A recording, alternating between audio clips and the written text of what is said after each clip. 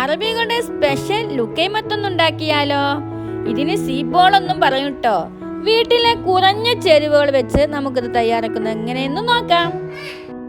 അതിനായി ഇളം ചൂടുവെള്ളത്തിലേക്ക് 1 ടീസ്പൂൺ പഞ്ചസാരയും ഈസ്റ്റും ഏലക്കാപ്പൊടിയും ചേർത്ത് നന്നായി ഇളക്കി യോജിപ്പിക്കുക.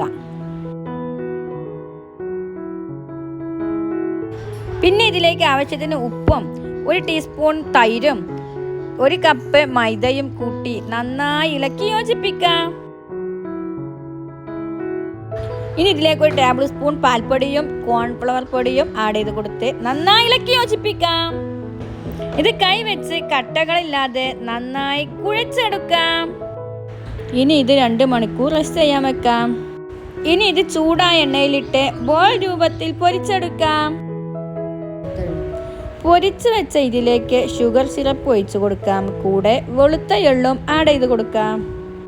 വളരെ ടേസ്റ്റിയായി ലുക്കൈമത്ത് ഇവിടെ റെഡി ആയിട്ടുണ്ട്. എൻ്റെ ചാനൽ എല്ലാവരും സബ്സ്ക്രൈബ് ചെയ്യൂ. Thank you.